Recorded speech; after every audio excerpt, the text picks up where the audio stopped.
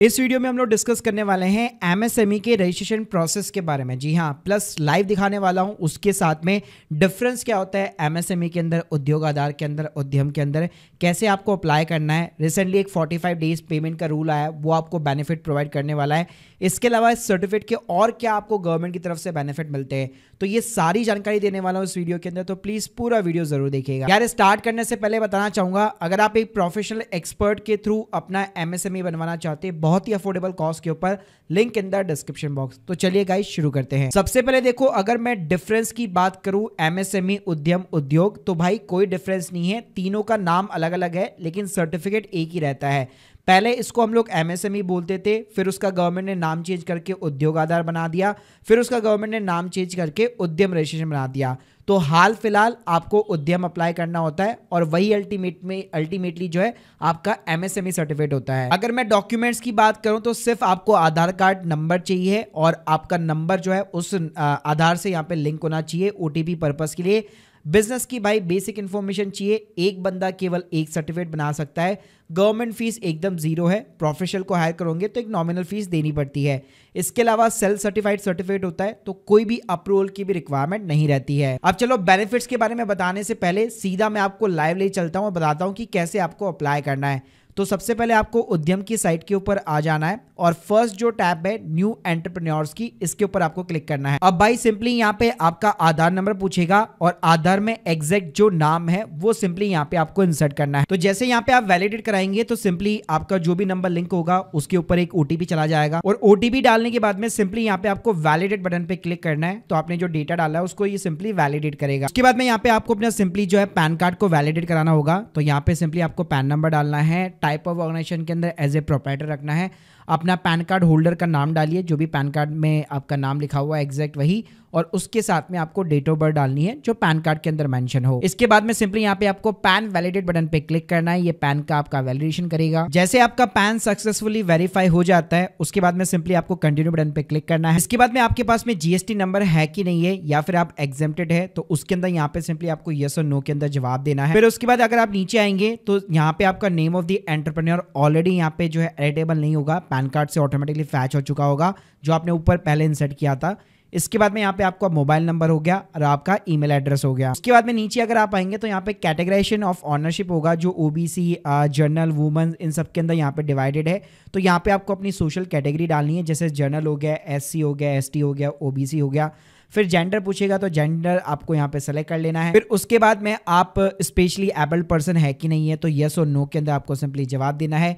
Name of the enterprise यानी आपका जो भी फर्म का नाम है वो यहाँ पे आपको ऐड करना है। उसके बाद में यहाँ पे प्लांट एंड यूनिट का नाम आएगा, तो ऊपर जो आपका फर्म का नाम है वही आपको ऐड करना है। अगर आप एक मैन्युफैक्चरिंग बिजनेस है, फैक्ट्री चला रहे, मल्टीपल आपकी फैक्ट्रीज है और मल्टीपल आपकी यूनिट्स है, तो यहाँ पे 1 बाय 1 करके आपको यूनिट जो है ऐड करनी रहती है। इसके अलावा ऊपर जो आपने यूनिट का नाम डाला है, जो फैक्ट्री का यहाँ पे यूनिट का नाम डाला है, उसका आपको सिंपली यहाँ पे एड्रेस डालना होता है। तो यहाँ पे आपको यूनिट सेलेक्ट करनी होती है। उसके बाद में फ्लैट नंबर हो गया, नेम ऑफ द प्रेमाइसेस हो गया, कौन से विलेज में है, ब्लॉक हो गया, road, street name, city, pin code, state हो गया, डिस्ट्रिक्ट हो गया, ये आपको सेलेक्ट करना होता है। यहाँ पे आप लोगों को एक चीज बताना चाहूंगा, यहाँ पे स्टेट और जो डिस्ट्रिक्ट होता है वो चेंज नहीं हो सकता एक बार सर्टिफिकेट बनने के बाद में। तो भाई जो भी आप एड्रेस डालो यहाँ पे सोच समझ कर डालना। उसके बाद में यहाँ पे official address of the enterprise पूछेगा, तो हो सकता है आपका सेम एड्रेस हो जहाँ पे भी आपका प्लांट है, या अगर आपका कोई अदर एड्रेस है ऑफिस का तो उसको आप यहाँ पे इंसर्ट कर सकते हो। और इसके अलावा यहाँ पे गेट लैटिट्यूड एंड लॉन्गिट्यूड का यहाँ पे एक ऑप्शन दिया गया है।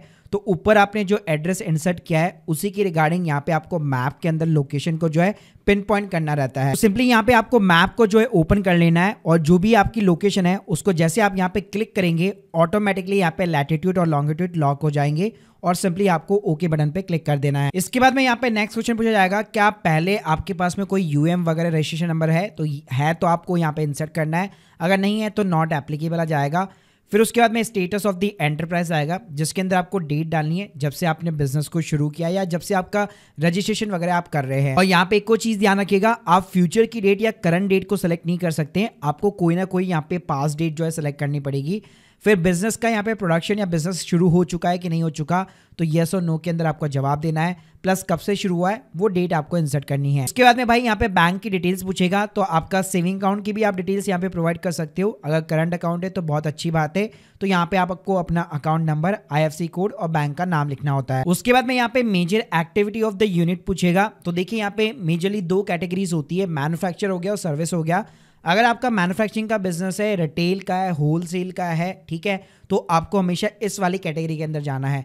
लेकिन अगर आपका एक सर्विस ओरिएंटेड बिजनेस है तो फिर आपको ये सर्विस वाली कैटेगरी के अंदर जाना होगा, क्योंकि मैन्युफैक्चर में आपका रिटेल हो गया, होलसेल हो गया, मैन्युफैक्चरिंग सब कुछ इंक्लूडेड होता है। तो यहाँ पे आप देख सकते हो, जैसे आप इसको सेलेक्ट करोगे तो यहाँ पे एक और टैब खुल जाएगी जिसके अंदर आपको ये ट्रेडिंग वाला भी सेक्शन मिल जाएगा, जिसमें आप अपनी रिटेल और होलसेल की एक्टिविटी को ऐड कर सकते हो। प्लस यहाँ पे आपको अपना NIC कोड डालना पड़ता है, जो कि एक इंपॉर्टेंट पार्ट है सर्टिफिकेट का। तो जिस सेक्टर में भी आप बिजनेस कर रहे हैं उसके आपको 2 से 3 लेटर यहाँ पे जो है टाइप करने, तो आप देख सकते हैं ऑटोमेटिकली आपको रिकग्निशन यहाँ पे प्रोवाइड कर देगा।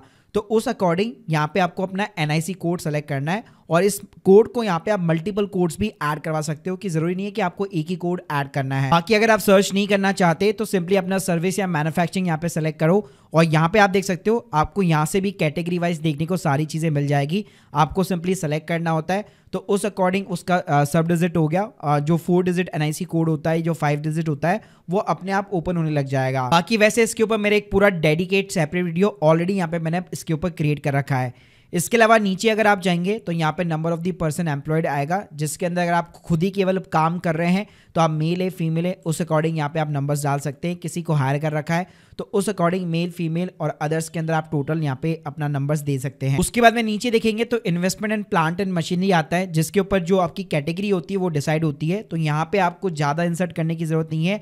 अगर आप ITR फाइल करते ऑटोमेटिकली डेटा यहाँ पे प्रेफर्ड हो जाता है। बाकी अगर आपको नहीं मालूम है वैल्यूज तो उसको आप 0 भी कर सकते हो। उसके बाद में नीचे कई सारे आपसे क्वेश्चन पूछे जाएंगे, कि जैसे अगर आप जैम पोर्टल, जो कि गवर्नमेंट का टेंडर का यहाँ पे एक पोर्टल है, उसके ऊपर क्या आप रजिस्टर होना चाहते हो, तो उस अकॉर्डिंग आपको यहाँ पे यस और नो के अंदर जवाब देने हैं। जैसे TIDS पोर्टल है जो कि इनवॉइस डिस्काउंटिंग का है, फिर एक NCS का पोर्टल है, फिर एक B2B का पोर्टल है, क्या आपको एक फ्री में डोमेन और ईमेल आईडी चाहिए कि नहीं चाहिए, फिर आप स्किल इंडिया डिजिटल पोर्टल पर रजिस्टर होना चाहते हो कि नहीं होना चाहते। तो इस तरह से आपको यस और नो के अंदर जवाब देने हैं। उसके बाद में भाई लास्ट में यहाँ पे आपको अपना डिस्ट्रिक्ट DIC सेंटर यहाँ पे सेलेक्ट करना है। तो यहाँ पे आप उस अकॉर्डिंग सिटी में है, रूरल्स में, अपने अकॉर्डिंग यहाँ पे आप सेलेक्ट कर सकते हो और simply submit and final OTP पे क्लिक कर सकते हो। तो भाई लास्ट में आप जैसे OTP डालोगे सिंपली आपका उद्यम रजिस्ट्रेशन यहाँ पे सक्सेसफुल हो जाता है, और स्क्रीन के सामने आपको अपना उद्यम रजिस्ट्रेशन नंबर भी देखने को मिल जाएगा, जिसको आप नोट डाउन कर सकते हो। फिर भाई अगर आपको सर्टिफिकेट निकालना है तो कोई भी यहाँ पे अप्रूवल की वेट करने की जरूरत नहीं है, सीधा ही वेबसाइट पे जाओ, प्रिंट उद्यम सर्टिफिकेट पे सिंपली क्लिक करो,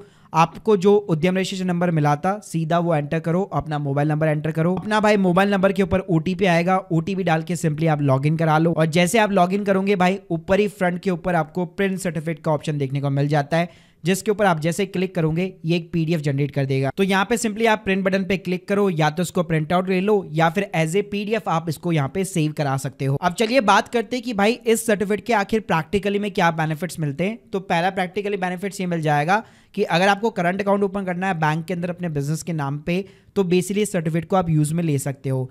इसके अलावा गवर्नमेंट ने MSME का एक 45 डेज का पेमेंट रूल निकाला है, जिसमें जो बड़ी कंपनीज होती है, अगर आपके पास में MSME सर्टिफिकेट है तो आपका पेमेंट जो है उनको विद इन द 45 डेज यहाँ पे क्लियर करना रहता है, वरना उनको इनकम टैक्स के अंदर उस एक्सपेंडिचर का यहाँ पे जो है अलाउंसेस नहीं मिलता है। और इसके ऊपर भी मैंने पूरा एक डिटेल वीडियो यहाँ पे बना रखा है, जिसके ऊपर कई जनों ने कई सारे डिबेट वगैरह भी की थी, प्लस प्रैक्टिकली कैसे काम करता है पूरा डिटेल वीडियो मेरा बना हुआ है।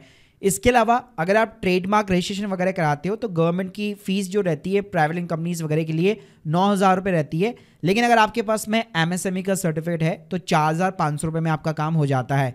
इसके अलावा मुद्रा लोन हो गया, PMGP लोन हो गया, इस तरह के लोन के अंदर ये सर्टिफिकेट डेफिनेटली काम करता है। इसके अलावा गवर्नमेंट का जो जैम पोर्टल है जहाँ पे आप टेंडर्स के लिए अप्लाई कर सकते हो, तो उसके लिए भी ये सर्टिफिकेट चाहिए होता है। गवर्नमेंट की एग्जीबिशन वगैरह स्टॉल्स के लिए यहाँ पे ऑफर्स वगैरह चाहिए आपको, और कई सारी स्कीम चलती है उसके ऑफर्स चाहिए आपको, सब्सिडी वगैरह चाहिए, तो डेफिनेटली इस सर्टिफिकेट के साथ में आप जा सकते हो। तो गाइस अब आप लोगों को यहाँ पे समझ में आ गया होगा कि ये जो MSME सर्टिफिकेट है या उद्यम सर्टिफिकेट है कैसे आपको अप्लाई करना है, कैसे उसका प्रिंट आउट लेना है। यहाँ पे कोई भी बिजनेस हो, हर बिजनेस इस सर्टिफिकेट के लिए यहाँ पे एलिजिबल है और वो अपना अप्लाई कर सकता है। बाकी अगर आपको यहाँ पे प्रोफेशनल हेल्प चाहिए, लिंक मैंने डिस्क्रिप्शन बॉक्स में दे रखी है। आप लोग के कोई भी डाउट्स है इस वीडियो के रिगार्डिंग तो प्लीज़ मुझे कमेंट बॉक्स के अंदर ज़रूर बताइए। Thank you guys, thank you very much.